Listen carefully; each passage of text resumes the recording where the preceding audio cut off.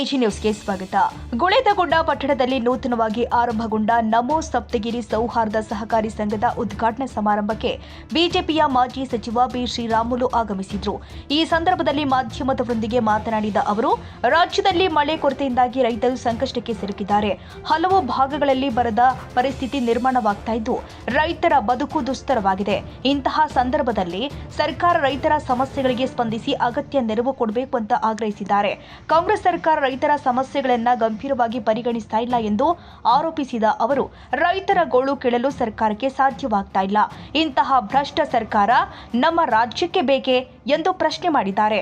ಸಪ್ತಗಿರಿ ಸೌಹಾರ್ದ ಸಹಕಾರಿ ಸಂಘ ಇವತ್ತು ನನ್ನ ಕೈಯಲ್ಲಿ ಉದ್ಘಾಟನೆ ಕೂಡ ಆಗಿದೆ. ಇವತ್ತು ಈ ಭಾಗದಲ್ಲಿ ಸೌಹಾರ್ದತೆಗಳು ಸಾಕಷ್ಟು ರಾಜ್ಯದಲ್ಲಿ ಇದ್ದಾವೆ. ಜೊತೆಲಿ ನಮ್ಮದೇ ಆದಂಥ ಒಂದು ಸಂಕಲ್ಪ ಇಟ್ಕೊಂಡು ಒಂದು ಆಸೆ ನಡೆದುಕೊಂಡು ಈ ಸೌಹಾರ್ದ ತಕ್ಷಣ ಎಲ್ಲರೂ ಕೂಡ ಒಂದು ರೀತಿ ಸ್ನೇಹ, ಒಂದು ರೀತಿ ಅವ್ರದಲ್ಲಿದ್ದಂಥ ಭಾವನೆಗಳು, ಅವ್ರ ಜೊತೆಲಿದ್ದಂಥ ಸ್ನೇಹ, ಅವ್ರನ್ನ ಕುಟುಂಬದಲ್ಲಿ ಒಬ್ಬರು ಮಾಡ್ಕೋಬೇಕು ಅನ್ನೋಂಥ ಕಾರಣದಿಂದ ಇವತ್ತು ಗುಳೇದಗುಡ್ಡದಲ್ಲಿ ಸಪ್ತಗಿರಿ ನಮೋ ಸಪ್ತಗಿರಿ ಸೌಹಾರ್ದತೆ ಸಂಘ ಇವತ್ತು ಉದ್ಘಾಟನೆಯನ್ನು ಕೂಡ ಮಾಡಿದ್ದೀನಿ. ನಮ್ಮ ಭುವನೇಶ್ವರ್ ಸೌಹಾರ್ದತೆ ಸಂಘಕ್ಕೆ ಅವರೇ ಅಧ್ಯಕ್ಷರಿದ್ದಾರೆ. ಸಾಕಷ್ಟು ಮಂದಿ ಸದಸ್ಯರು ಎಲ್ಲರೂ ಕೂಡ ಒಕ್ಕೂಟದಿಂದ ಸೇರಿಕೊಂಡು ಇವತ್ತು ಈ ಸಂಘ ಸೌಹಾರ್ದ ಸಂಘವನ್ನು ಕೂಡ ಮಾಡೋಂಥ ಕೆಲಸ ಆಗಿದೆ. ಮುಂದಿನ ದಿನಗಳಲ್ಲಿ ಈ ಭಾಗದಲ್ಲಿದ್ದಂಥ ಯುವಕರಿಗೆ ಒಂದು ಎಂಪ್ಲಾಯ್ಮೆಂಟ್ ಜನರೇಟನ್ನು ಮಾಡಬೇಕು.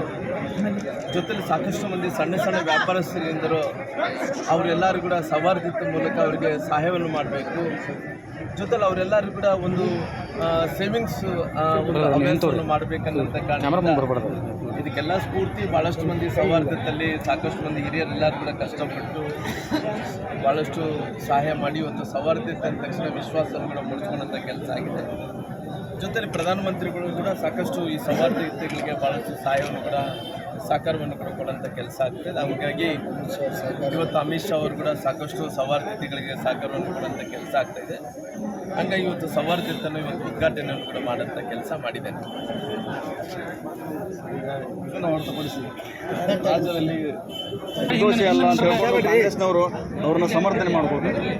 ನೋಡ್ರಿ, ನಾಗೇಂದ್ರ ಅವರು ಏನು ಭ್ರಷ್ಟಾಚಾರ ಮಾಡಿದಾನ ಅನ್ನೋಂಥ ವಿಚಾರದ ಬಗ್ಗೆ ಸನ್ಮಾನ್ಯ ಹಿರಿಯ ನಾಯಕರು, ಮಾಜಿ ಮುಖ್ಯಮಂತ್ರಿಗಳು, ಅಂದಿನ ಮುಖ್ಯಮಂತ್ರಿಗಳಾದಂಥ ಸಿದ್ದರಾಮಯ್ಯ ಸಾಹೇಬರು ಕೂಡ 187 ಕೋಟಿ ರೂಪಾಯಿ ಭ್ರಷ್ಟಾಚಾರ ಆಗಿದೆ. ಅದರಲ್ಲಿ 100 ಕೋಟಿ ರೂಪಾಯಿ ಬೇರೆ ಬ್ಯಾಂಕಿಗೆ ವರ್ಗಾವಣೆ ಮಾಡಿದರು. ಅದು ಬೇರೆ ಬ್ಯಾಂಕ್ದಿಂದ ಬೇರೆ ಕಡೆ ಎಲ್ಲಿಗೂ ಹೋಗಲಿಲ್ಲ.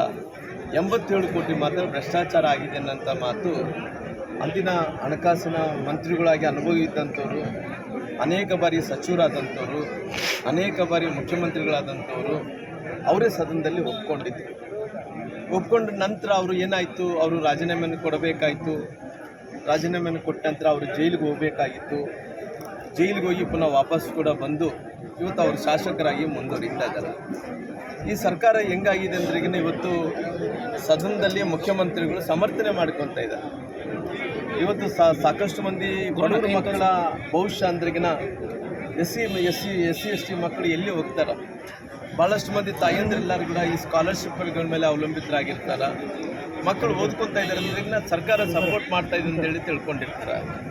ಈ ಸರ್ಕಾರದ ಪರಿಸ್ಥಿತಿ ಏನಾಗಿದೆ ಅಂದ್ರಿಗಿನ ಕಿವಿ ಇದ್ದರೂ ಕೂಡ ಇವತ್ತು ಒಂದು ರೀತಿ ಕಿವಿ ಇಲ್ಲಾರ್ದಂತೆ ಆಗಿದೆ. ಜೊತೆಲಿ ಕಣ್ಣಿದ್ದರೂ ಕೂಡ ಕುರುಡನಾಗಿ ಕಾಣ್ತಾ ಇದೆ. ಜೊತೆಲಿ ಮನಸ್ಸಿದ್ದರೂ ಕೂಡ ಮನಸ್ಸಾಕ್ಷಿ ಇಲ್ಲಾರ್ದಂತೆ ಇವತ್ತು ಸರ್ಕಾರವನ್ನು ಕೂಡ ನಡ್ಕೊತಾ ಇದೆ. ಹಂಗಾಗಿ ಈ ಸರ್ಕಾರದಲ್ಲಿ ಯಾವ ರೀತಿಯಲ್ಲಿ ಏನೆಂದು ಕರಿಬೇಕಂದೇಳಿ ಕೂಡ ಒಂದು ಕೂಡ ಗೊತ್ತಾಗ್ತಾ ಇಲ್ಲ. ಕಾಂಗ್ರೆಸ್ಸಲ್ಲಿ ಹುದ್ದೆ ಸಿಗಬೇಕಂದ್ರೆ, ಕಾಂಗ್ರೆಸ್ಸಲ್ಲಿ ಮಂತ್ರಿ ಸ್ಥಾನ ಸಿಗಬೇಕಂದ್ರೆ ಅವ್ರು ಭ್ರಷ್ಟಾಚಾರ ಮಾಡಲೇಬೇಕಾಗನ್ನಂಥ ಒಂದು ಹೊಸ ಸಂಪ್ರದಾಯವನ್ನು ಕೂಡ ಹಾಕುವಂಥ ಕೆಲಸ ಆಗ್ತಾಯಿದೆ. ಸುಮಾರಾಗಿ ಕಾಂಗ್ರೆಸ್ ಅಧಿಕಾರ ಸಿಗಬೇಕಾದ್ರಿಗಿನ ಸುಮಾರಾಗಿ ಅವರು ಬ್ಯಾಕ್ಗ್ರೌಂಡ್ ಇದಕ್ಕಿಂತ ಮುಂಚೆ ಎಷ್ಟು ಒಳ್ಳೆಯವನು ಎಷ್ಟು ಕೆಟ್ಟವನನ್ನು ನೋಡ್ತಾ ಇದ್ರು. ಅವನ ಮೇಲೆ ಎಷ್ಟು ಕೇಸಸ್ ಇದಾವೆ ಅನ್ನೋಂಥದ್ದು ಕೂಡ ನೋಡೋಂಥ ಕೆಲಸ ಆಗ್ತಾಯಿದೆ. ಹಂಗಾಗಿ ಇವತ್ತು ಅಷ್ಟು ಕೇಸಸ್ ಇದ್ದಂಥವ್ರು ಮಾತ್ರ ಮಂತ್ರಿ ಸ್ಥಾನವನ್ನು ಕೊಡೋಂಥ ಕೆಲಸ ಆಗ್ತಾಯಿದೆ. ಇವತ್ತು ಕಾಂಗ್ರೆಸ್ನಲ್ಲಿ ಸಚಿವರು ಆಗಬೇಕಾದ್ರಿಗಿನ ಹಣವನ್ನು ಲೂಟಿ ಮಾಡಬೇಕು, ಭ್ರಷ್ಟಾಚಾರ ಮಾಡಬೇಕು, ಅಂಥವ್ರಿಗೆ ಮಾತ್ರ ಅವಕಾಶ ಸಿಗುತ್ತೆ ಅನ್ನೋಂಥದ್ದು ನಾನು ಹೇಳ್ತಾ ಇಲ್ಲ, ಕಾಂಗ್ರೆಸ್ನ ಶಾಸಕರು ಕೂಡ ಹೇಳೋಂಥ ಕೆಲಸ ಕೂಡ ಆಗ್ತಾಯಿದೆ. ಇವತ್ತು ಎಲ್ಲಿ ಕಾಂಗ್ರೆಸ್ಸಿನ ಹೈಕಮಾಂಡ್ಗೆ ಎಷ್ಟು ಭ್ರಷ್ಟಾಚಾರ ಮಾಡಿ ಎಷ್ಟು ಹಣವನ್ನು ಕಾಂಗ್ರೆಸ್ಗೆ ಹೈಕಮಾಂಡ್ ಕೊಟ್ಟರೆ ಅಂಥವ್ರಿಗೆ ಮಂತ್ರಿ ಸ್ಥಾನವನ್ನು ಕೂಡ ಕೊಡೋಂಥ ಕೆಲಸ ಆಗ್ತಾಯಿದೆ.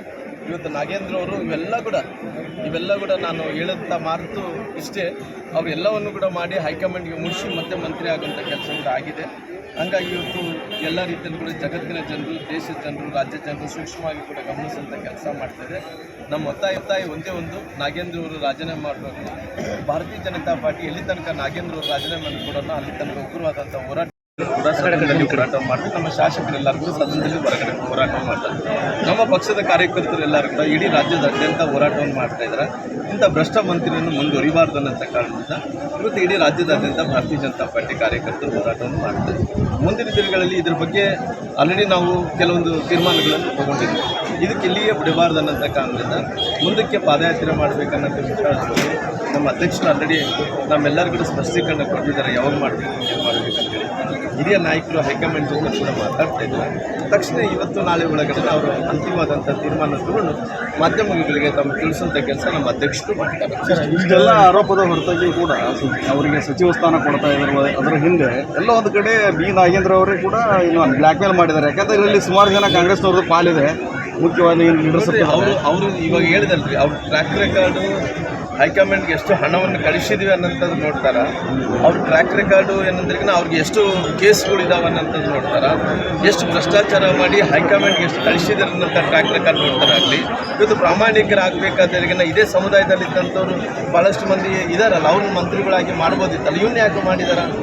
ಭ್ರಷ್ಟಾಚಾರ ಆರೋಪವನ್ನು ಹೊತ್ಕೊಂಡು ಜೈಲಿಗೆ ಹೋದಂಥವ್ರು ಪುನಃ ಮಂತ್ರಿಯಾಗಿ ಬರ್ತಾನಂದ್ರಿಗಿನ ಈ ಸಮುದಾಯಗಳಿಗೆ ಮೋಸ ಮಾಡಿದಂಥ ವ್ಯಕ್ತಿ, ಈ ಸಮುದಾಯದ ಮಕ್ಕಳ ಭವಿಷ್ಯವನ್ನು ಕಸ್ಕೊಂಡಿದ್ದಂಥ ಅವ್ರು ಮಂತ್ರಿ ಸ್ಥಾನ ಕೊಟ್ಟಿದ್ದಾರೆ ಅಂದ್ರಿಗಿನ ಎಲ್ಲೋ ಒಂದು ಕಡೆ ಇವತ್ತು ರಾಹುಲ್ ಗಾಂಧಿ ಅವರು ಕೂಡ ಈ ಪಾಲು ಅವ್ರಿಗೆ ಕೂಡ ಹುಟ್ಟಿರಲಿಲ್ಲ.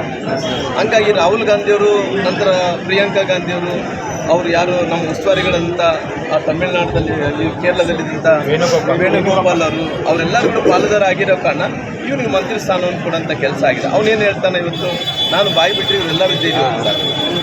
ಇವತ್ತು ನಾನು ಬಾಯಿ ಬಿಟ್ಟರೆ ರಾಹುಲ್ ಗಾಂಧಿ ಜೈಲಿಗೆ ಹೋಗ್ತಾನೆ, ನಾನು ಬಾಯಿ ಬಿಟ್ಟರೆಗಿನ ಶಿವಕುಮಾರ್ ಅವರು ಜೈಲಿಗೆ ಹೋಗ್ತಾರೆ, ನಾನು ಬಾಯಿ ಬಿಟ್ಟರೆಗಿನ ಇವತ್ತು ಎಲ್ಲ ಕಾಂಗ್ರೆಸ್ ಎಲ್ಲರೂ ಕೂಡ ಜೈಲಿಗೆ ಹೋಗ್ತಾರೆ ಅಂತೇಳಿ ಆ ಬ್ಲ್ಯಾಕ್ ಮೇಲ್ ಮಾಡೋದ್ರಿಂದ ಅವ್ರಿಗೆ ಗೊತ್ತಿದೆ.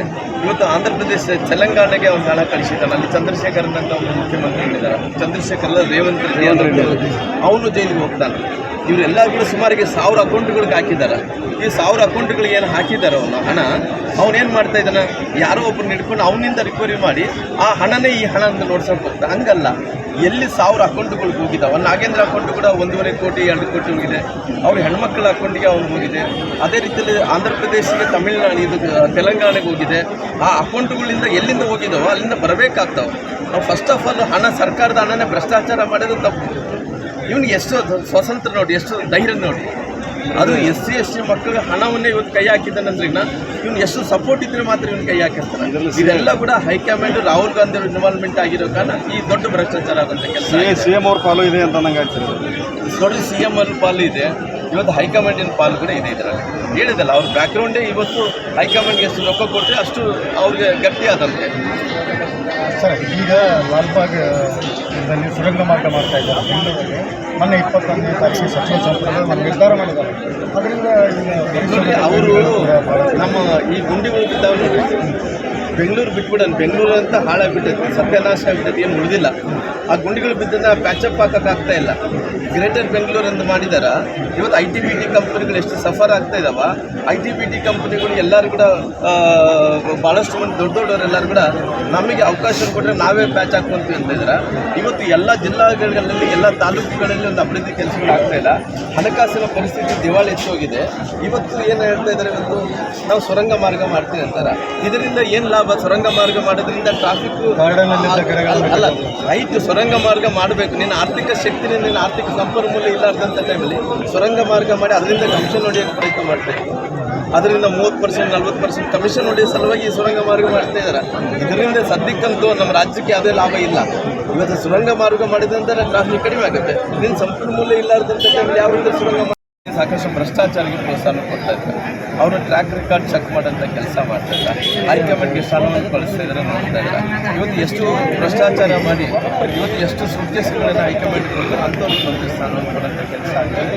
ಇವತ್ತು ಹಂಗಾಗಿ ನಾವು ಭಾರತೀಯ ಜನತಾ ಪಾರ್ಟಿ ಈ ಸರ್ಕಾರ ಇವತ್ತು ಬರಗಾಲ ಬಂದಿದೆ, ಒಂದು ಕಡೆ ಅತಿವೃಷ್ಟಿದೆ, ಅನಾವೃಷ್ಟಿದೆ, ಇದಕ್ಕೆ ಆದ್ಯತೆಯನ್ನು ಕೊಡಬೇಕಾಗಿತ್ತು, ಕೊಡ್ತಾ ಇಲ್ಲ.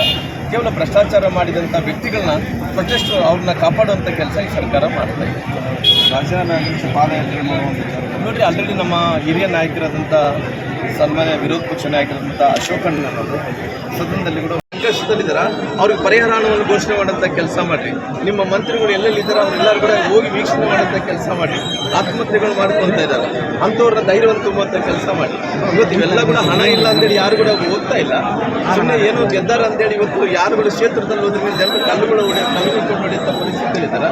ಇಂಥ ಪರಿಸ್ಥಿತಿಯಲ್ಲಿ ಸುರಂಗ ಮಾರ್ಗ ಯಾರಿಗೂ ಬೇಕಾಗಿದೆ? ಸ್ವಲ್ಪ ನಿಧಾನ ಮಾಡೋಣ, ಏನಕ್ಕೆ ಅವಸರ ಇಲ್ಲ, ನಿಧಾನ ಮಾಡೋಣ. ಇವತ್ತು ಇದರಲ್ಲಿ ಕೂಡ ಹಣ ಹೊಡಿಬೇಕಂತೇಳಿ ಪ್ರಯತ್ನವನ್ನು ಕೂಡ ಮಾಡೋಂಥ ಕೆಲಸ. ಅದನ್ನೆಲ್ಲ ಗಮನಿಸಿದ್ರೆ ಈಗ ಬಿಡದಿ ಟೌನ್ಶಿಪ್ನಲ್ಲೂ ಕೂಡ ದೊಡ್ಡ ಮಟ್ಟದ ಹಣ ಹೊಡೆಯುವಂಥ ಕೆಲಸ ಆಗ್ತಾ ಇದೆ. ನೋಡ್ರಿ, ಅವ್ರಿಗೆಲ್ಲ ಏನಂದ್ರೆ ಮುಖ್ಯಮಂತ್ರಿಗಳು ಯಾವತ್ತಿದ್ರು ರೈತರ ಪರವಾಗಿಲ್ಲ ರೀ.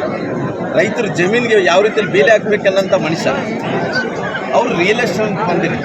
ಆ ರಿಯಲ್ ಎಸ್ಟೇಟ್ ಮಂದಿಗೆ ರೈತರ ಸಂಕಷ್ಟ ಏನು ಗೊತ್ತಾಗುತ್ತೆ? ಇವತ್ತು ಬಿಡಿದಿರದಲ್ಲಿ ಇವತ್ತು ಟೌನ್ಶಿಪ್ ಮಾಡೋಕೆ ಹೊಂಟಾನ್ರಿ. ಇವತ್ತು ಬಿಡಿದಿದಲ್ಲಿ ಟೌನ್ಶಿಪ್ ಮಾಡೋದ್ರಿಂದ ಏನು ಪ್ರಯತ್ನ ಆಗುತ್ತೆ? ಇವತ್ತು ನಮ್ಮ ಉತ್ತರ ಕರ್ನಾಟಕಕ್ಕೆ ಬಂದು ಯಾವುದಾದ್ರು ಒಂದು ಟೌನ್ಶಿಪ್ ಮಾಡಿದ್ರೆ ನಿಮ್ಮ ಮುಖ್ಯಮಂತ್ರಿ ಆಗಿದ್ದಕ್ಕೋಸ್ಕರವಾಗಿ ನಮ್ಮ ಉಪಯೋಗ ಆಗಿತ್ತು ಅಂತೇಳಿ ತಿಳ್ಕೊಬೋದು. ಇವತ್ತು ಬಿಡಿದಿಯಲ್ಲಿ ಅಲ್ಲಿ ಟೌನ್ಶಿಪ್ ಮಾಡೋದ್ರಿಂದ ಅಲ್ಲಿ ಡೆವಲಪ್ಮೆಂಟ್ ಆಗೋದ್ರಿಂದ ಅಲ್ಲಿ ಬೆಂಗಳೂರಿನ ಹತ್ತಿರದಲ್ಲಿರೋಂಥ ಊರುಗಳು ಅಲ್ಲಿ ಇವತ್ತಿಲ್ಲ ನಾಳೆ ಡೆವಲಪ್ ಆಗೇ ಆಗ್ತಾವ. ನಮ್ಮ ಉತ್ತರ ಕರ್ನಾಟಕದಲ್ಲಿ ಬಂದು ನೋಡ್ರಲ್ಲ ನಮ್ಮ ಪರಿಸ್ಥಿತಿ ಏನಿದೆ ಅಂತೇಳಿ ಬಂದು ಈ ಭಾಗದಲ್ಲಿ ಡೆವಲಪ್ಮೆಂಟ್ ಮಾಡಿದ್ರೆ ಹೌದಪ್ಪ ಮುಖ್ಯಮಂತ್ರಿ ಇದ್ದರು, ಅವರು ಇತಿಹಾಸದಲ್ಲಿ ಉಳಿದೋಗ್ತಾರೆ. ಇವತ್ತು ನಮ್ಮ ಕಡೆ ಮುಖ್ಯಮಂತ್ರಿಗಳಾಗಿ 2 ತಿಂಗಳು 3 ತಿಂಗಳು ಆಗ್ತೈತೆ. ನಮ್ಮ ಭಾಗಕ್ಕೆ ಬಂದೇ ಇಲ್ಲ ಮಂತ್ರಿಗಳು, ಮುಖ್ಯಮಂತ್ರಿಗಳು.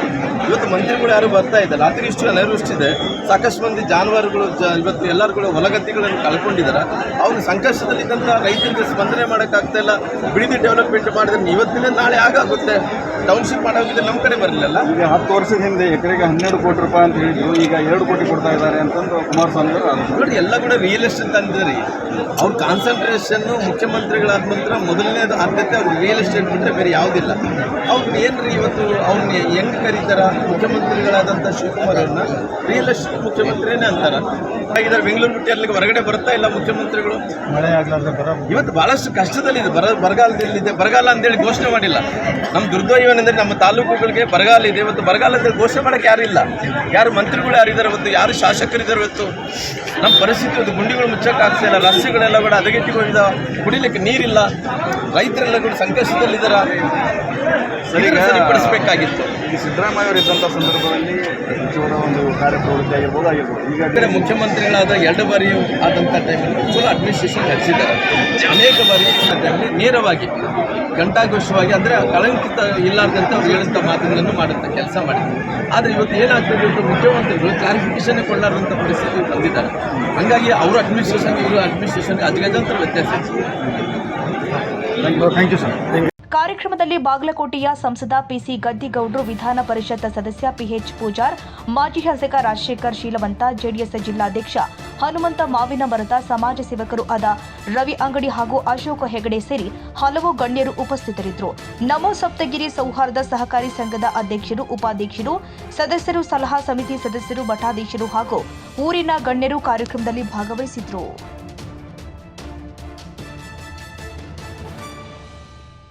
ಕನ್ನಡಿಗರ ಮೆಚ್ಚಿನ ನಿಮ್ಮ ಎಜೆ 24/7 ನ್ಯೂಸ್ ಕನ್ನಡ ವಾಹಿನಿ ಇದೀಗ ಟಿವಿಯಲ್ಲಿ ಲಭ್ಯ. ಒಂದು ವೇಳೆ ನೋಟಿಸ್ ಕೊಟ್ಟಿದ್ರೆ ವಾಪಸ್ ತಗೋತೀವಿ. ಇವತ್ತು ವಕ್ಫ್ ಪ್ರಾಪರ್ಟಿ ಅಂತೇಳಿ ಬರ್ತದೆ ಅಂತ ಹೇಳಿದ್ರೆ ರೈತರ ಬೀದಿಗೆ ಬದಲು ಏನ್ ಮಾಡ್ಬೇಕಾಗತ್ತೆ? ಯಾರು ವೋಟ್ ಹಾಕಲಿಲ್ಲ ಅಂದ್ರೆ ಗ್ಯಾರಂಟಿನೆಲ್ಲ ಸ್ಟಾಪ್ ಮಾಡ್ಬಿಡ್ತೀವಿ.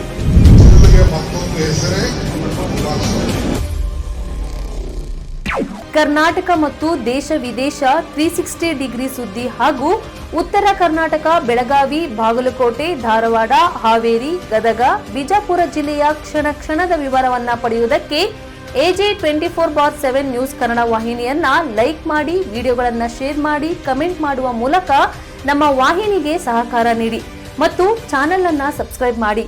ಧನ್ಯವಾದಗಳು.